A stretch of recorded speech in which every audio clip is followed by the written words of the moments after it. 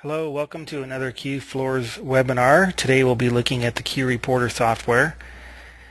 QReporter is a program that integrates with QFloors to create reports a few reports that are not in QFloors, has some invoices in it, a handful of various layouts, and you can print them. You can also email them or export them to other formats.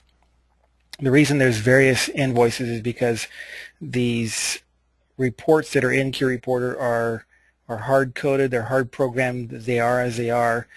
They can be customized. Any report that you see in QReporter, you can have us modify to move things around, add things, move things around, remove things. Or you can have us create a report that you design and create yourself. Tell us what you want, and we'll have a programmer look at that and give us a bid, and the price is $100 per hour at this time. So that's modifying any existing report or creating a new one that you design.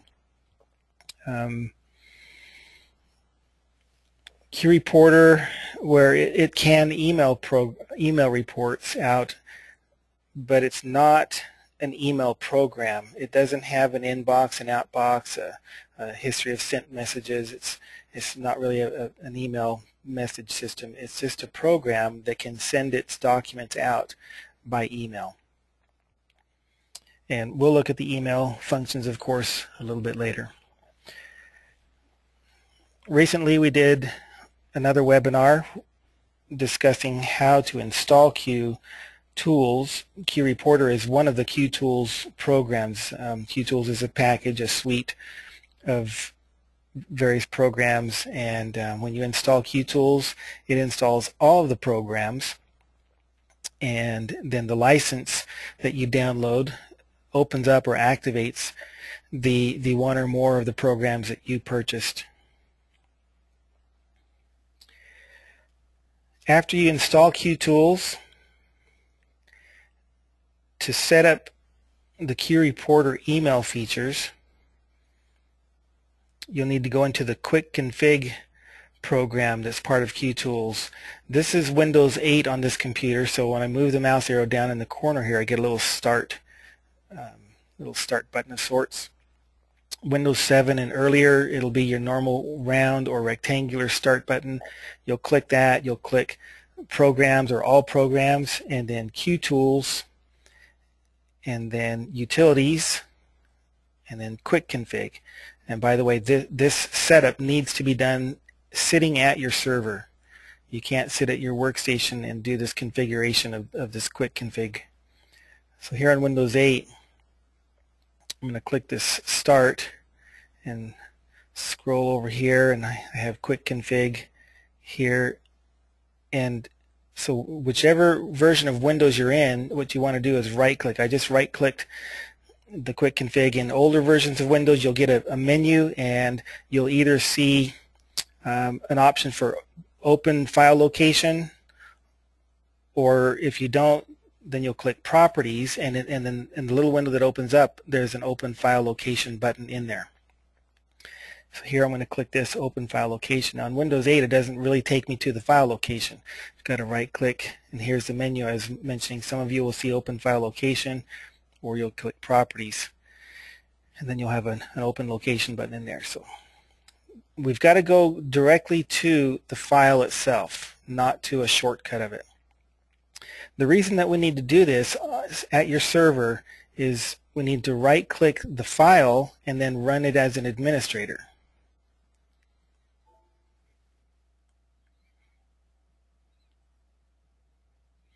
If you don't run it as an administrator, you may not see all three of these tabs at the top: License, Install, and Service. If you do see all of them, you may not be able to do what you need to do in this area here, which is where you go to set up the email functions in QReporter.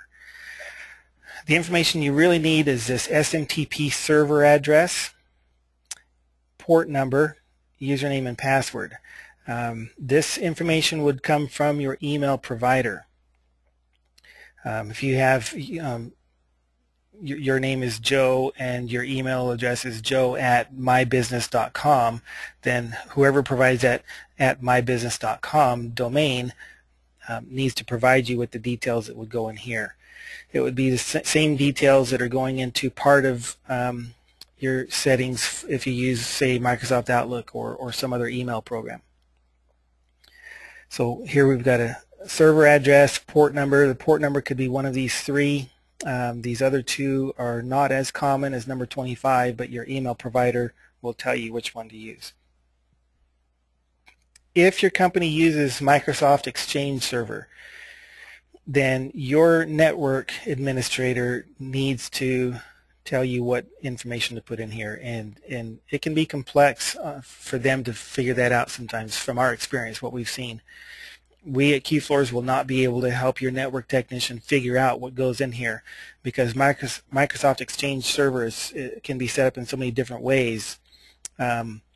They really need to know what to put in here or figure out what to put in here. If they have other resources they can go to help themselves figure that out.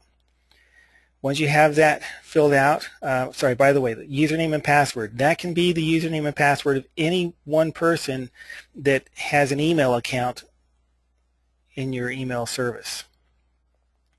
It's not going to send email from that person. It's just which username and password in the overall email account are we going to use as just the account to get out the door sending email. You enter your settings, you click the Save button, then click Test Connect, and you'll need to see this successful. If you don't see that, you've got your settings incorrect. If you see an issue about authentication, then it's probably username and password. You're welcome to call us at that point if you're not successful, and we can look into it to some extent. Firewalls. You have your network administrator check for firewalls that are blocking things. That's been a common problem in getting this to test successfully. Once it does test successfully, the install service button here will not be grayed out as it is in mine. You'll click that to install it. Then you'll click the start service button, and then the status is running. And then if you were to have to restart your server and start it up again, it would start the service automatically. So that's getting that part set up. Another part of setting up for QReporter is putting your company logo in place so that it appears on your invoices.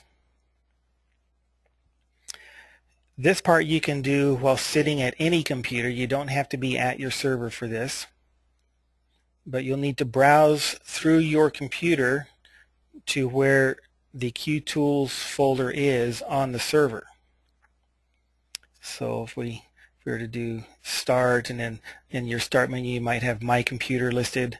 Some of you, Windows 7, Windows Vista perhaps, might have a little folder icon on your taskbar. So if you click that, then you see in here, if I'm sitting at the server, it's the hard drive of my server. You might have some network path or a mapped drive. You might see QFloors on servers and with the letter Q or letter Z or something. But you've got to browse to your server, the files on the server, go to the QFloors folder and open that, and then the QTools folder and open that, and then the data folder, open that, and then inside this reports folder, here you'll see a company logo and a company logo 2. Those are the defaults. What you'll need to do is find your company logo file. Now I've got some backups and things in here, and find your company logo. I would right click it and copy it, and then right click some blank space and paste it. And so it's just the same name with the word copy in there. And then rename that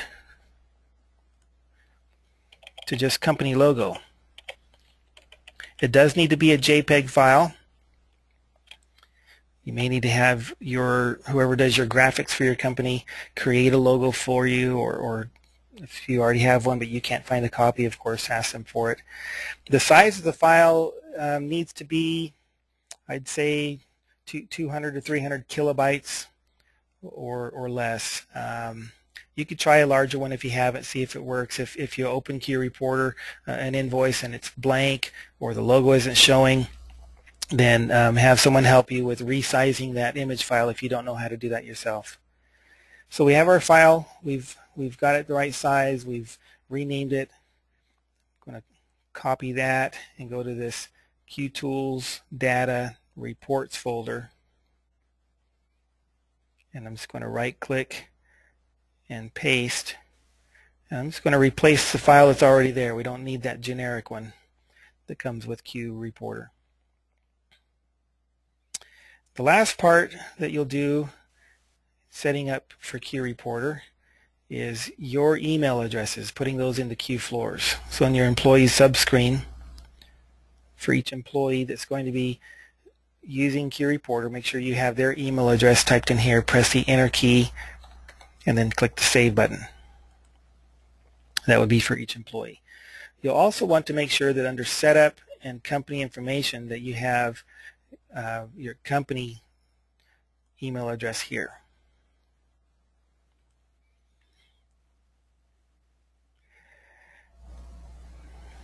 Now that we have everything set up, how to use QReporter. Click Reports. At the bottom of the menu, click QReporter, then Custom Reports. We'll talk about this menu here in just a little while. When you click that, in the background, it opened the QReporter program window, and then this window here opens in QFloors. And it's a list of the documents that are in QReporter. And if you had had us create a new custom document for you or modify one of these existing ones, you'll see that in the list as well. I'm going to click this invoice and click the print button, and it sends it to QReporter.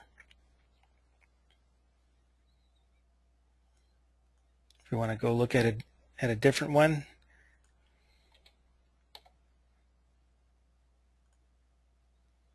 Reports, QReporter, Custom Reports.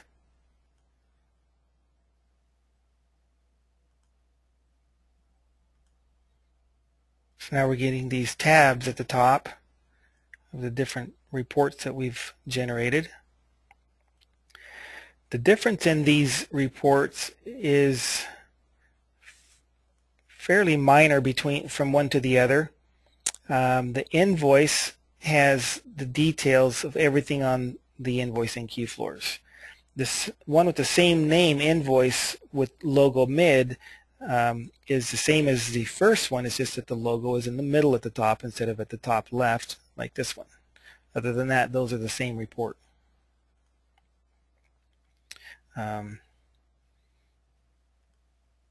Some of the others,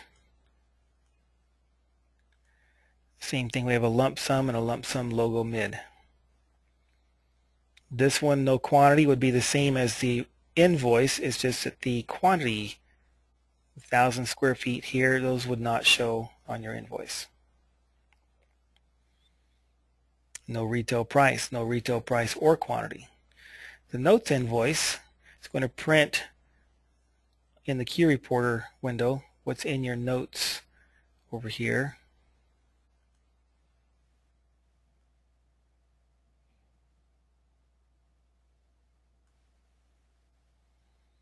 It's a lot of white space in here, probably because when we type this invoice, we press enter a few times to give it some white space.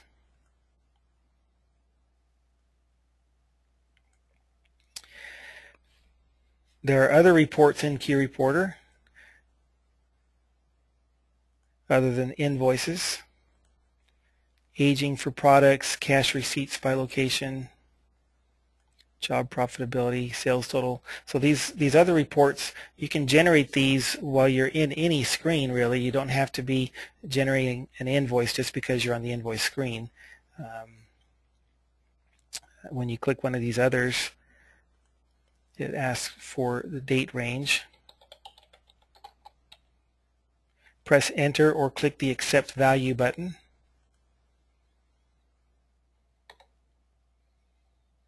And there's the report.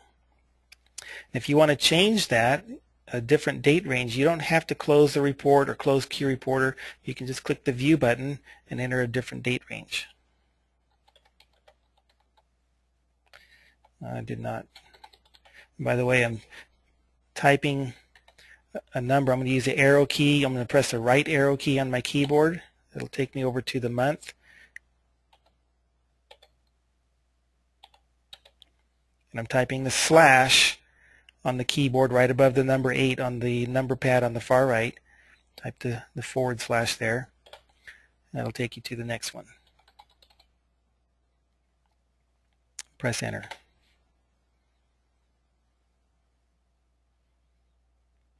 The profit loss comparison report. Let me show you how to use the dates in that report.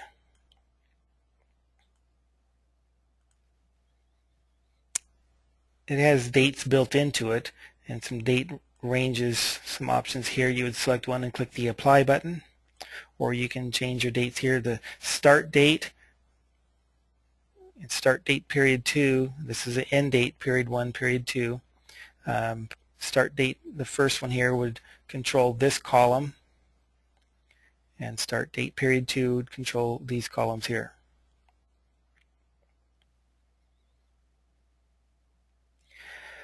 Closing one of the tabs is done by clicking either this black X right at the top right corner of the report itself,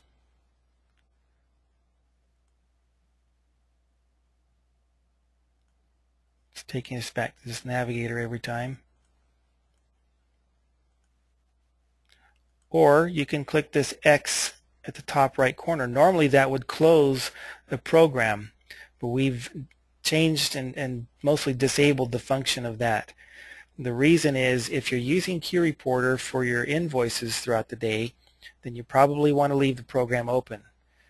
Generate your report, print it, email it, switch back to QFloors or some other program and do your work, and QReporter is just open the next time you need it. If you close it every time you use it, then when you go to the reports menu in QReporter, it's going to take that extra little bit of time to open that software. It just streamlines things if you leave it open for the day and close it at the end of the day. So we can click this red X here, and you see that closes a tab, closes this tab. When you close the last tab, either way, the red X or the black X, and it takes you to the navigator, then this X at the top is disabled. You can close this navigator if you want. You can click that. You can click File, Navigator, and get back to it. You can double-click any of these options in here, but when you do, it will ask you for the invoice number, and you don't have to type the one that's on screen here. You can type in any invoice number. Again, you can click the View button to change. Let's look at a different invoice in that same tab. It's changing which invoice is being displayed.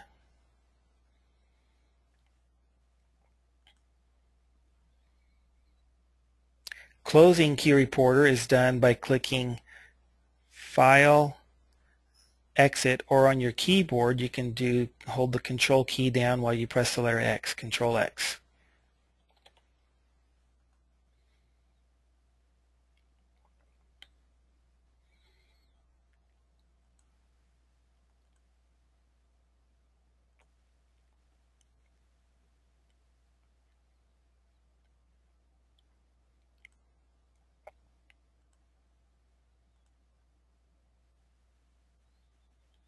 Okay.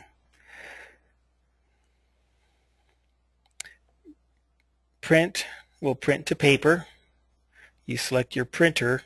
Which printer do you want it to go to? You can export to the format that you've selected here. I would do PDF most of the time. Some of the reports that are in columns, like the job profitability or the sales total by salesperson, those might come out fairly well if you do XLS, a spreadsheet, or CSV. You can try any of these, of course, and see how it looks. But some of the reports, just to get things formatted and look the same way in here, don't come out quite as what you might expect in a spreadsheet or one of these other formats. Email, when you email one of these reports, it is an attachment as a PDF file. To email, you'll click this button here, and whoever's logged into QFloors, it's using their email address as the from address. And that person will also get a blind copy. Blind copy meaning the person you're sending it to won't see that you received the copy. Not that that's really important or unimportant, but you will get a copy of the email. If I had an email address on the invoice here,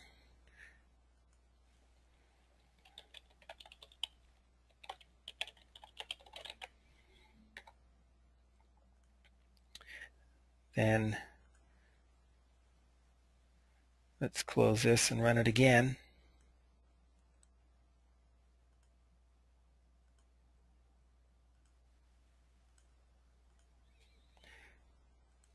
Then it pulls that in to QReporter. And you can change that, send it to a different address, send a carbon copy to someone else, blind copy to someone else. And then you'll click the Send Now button. When I click this, I'm going to get a message on screen telling us that the email was queued. It was put in the list to go, and then it's immediately trying to send it. In the system tray down by the clock, this is called your system tray in Windows, there's a QFloors QTools control panel icon. That will start generating a message or two after you click OK on that message queued. So we click OK here, and we're watching for the balloon pop up. Email was queued, and then we should get another message here. Email complete. You want to look at that quickly and see is there any failure message in there. If there is, then contact us and we'll work with you to try and figure out why it failed.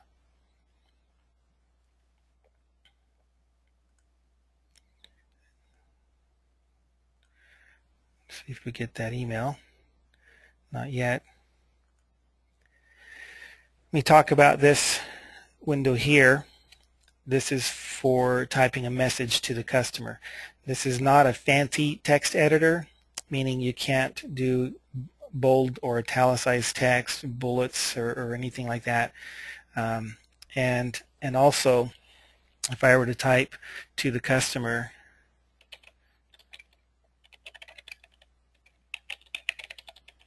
and press enter to get a new line,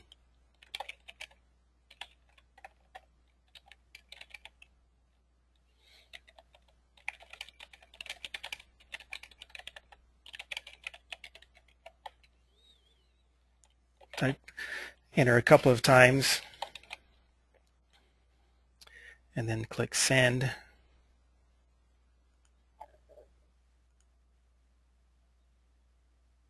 We're watching for our messages. That one was complete. Let's go back and look at our first one here. There's our email. We click this view button here, and that's what the customer will see. It's a PDF attachment.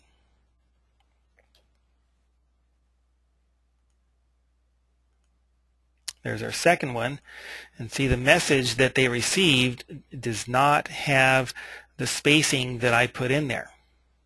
So we're working on that to make it more of a more robust text editor here. What you can do is put put a very simple programming code in your text. The customer won't see it, but you can do this. Type a less than or bracket there, and then BR, and you can do that. That'll create one line space. Now you don't have to have a carriage return after that. You can leave it as one line, but when the customer receives it, they'll see it as it'll look like that for them. But I would probably hit enter. It looks better. And then I'm just going to copy that and I'm going to paste it here, and I'm going to paste it here.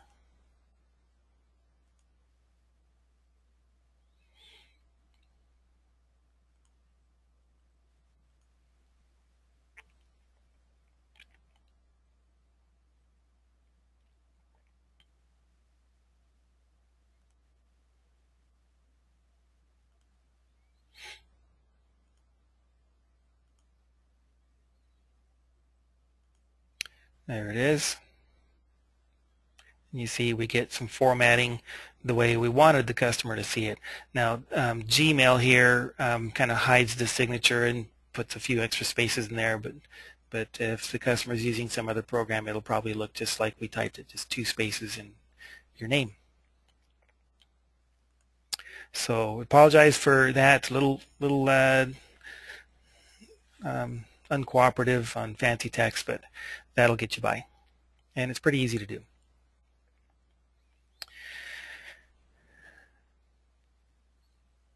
You can ignore this FTP option. Really, it's to transfer a file out to another site, but I don't think that even works. Now, there's some other things you can do with QReporter. If you're using that program and you have your company logo in there, then that's your invoice. So clicking this print button in QFloors, where you get all these options and you can uncheck things and click OK, select the printer, and away it goes to your printer. Well, you don't want that anymore. You want your QReporter invoice. Maybe you've had us customize one of the invoices for you, and you want that to come up when you click the print button.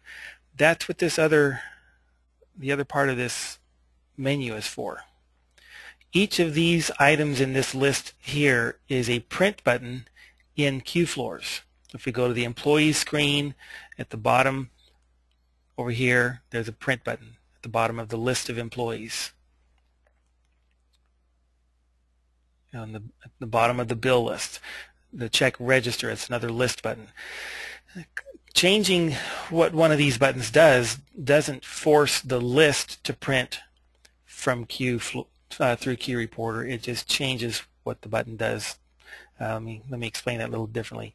So let's change this list over here, this list button. We don't want it to do the normal QFloors default of printing a list.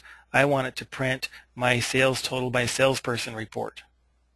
So we can save that setting and exit, and now when we click print, it goes right to QReporter. Wants my dates, 3/1/ it's got the year, enter. I'll take that ending date, enter, and there's my report.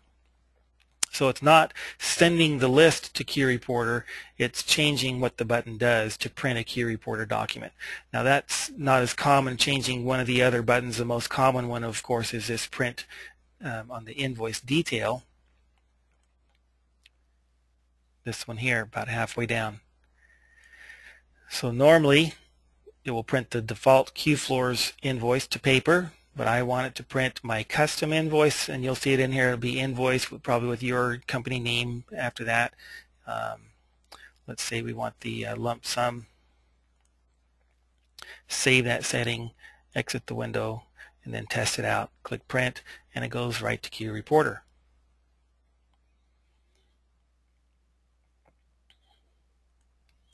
The advantages to QReporter, I believe, there's a cost savings if you have gone to your local printing company and had them make up invoice forms that have your logo on it, color and legal terms at the bottom, and whatever you have on the back of the page.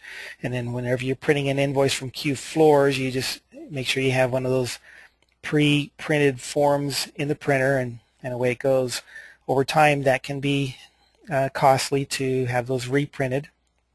Maybe changing the terminology on it might be fairly expensive to have your printing company change the template for that. With QReporter, you have the software price up front. That's an initial investment, of course, but over time you don't have to reorder paper. You don't.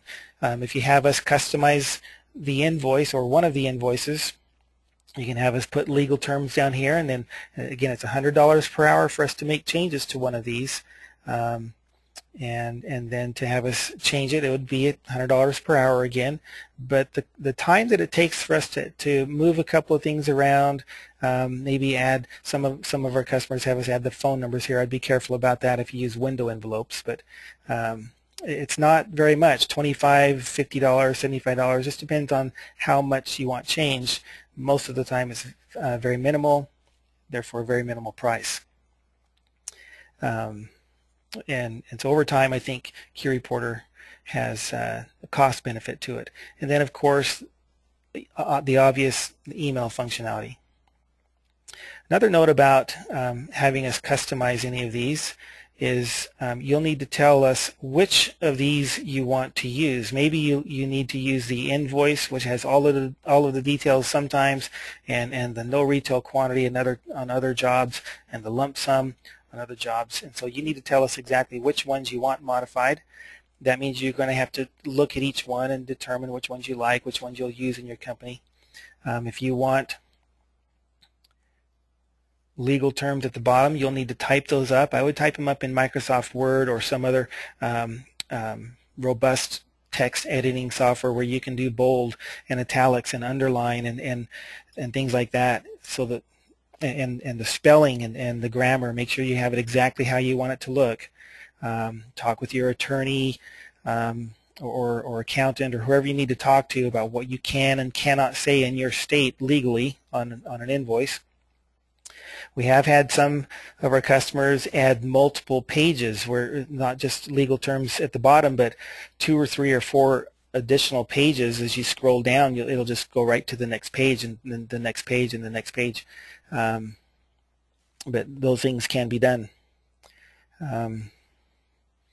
So be very specific about what you want moved or added or changed, spelling and grammar and formatting of any legal terms, signature lines, and had another thought there. Placement. Where do you want things placed? Exactly, if you want something down below salesperson 2, you want some space between it or not, or you want it to just be right below it, or where do you want the phone numbers? You want it inside the box or outside the box? You need spacing for a window envelope. You've got to be pretty precise on telling us what you want. Do you want something, maybe you want your legal terms, all the text lined up on the left edge like a paragraph, or do you want it full justification where it spreads itself out across, or centered, or justified on the right? So be precise on telling us what you want. Any time that we have to spend extra on designing for you is just going to be part of the price. Outside of that, of course, if you have questions on what it can or can't do, we would tell you if a change you want is not really feasible. And then we would give you a bid. The programmer would look at it and say, based on the changes that you've asked for, or some custom fancy new report of your own, then he would give a bid, and that would be the price. That is QReporter, and we appreciate you participating today and look forward to the next webinar in a couple of weeks. Will be about the QSCED software, which is another part of the QTools package. Thank you.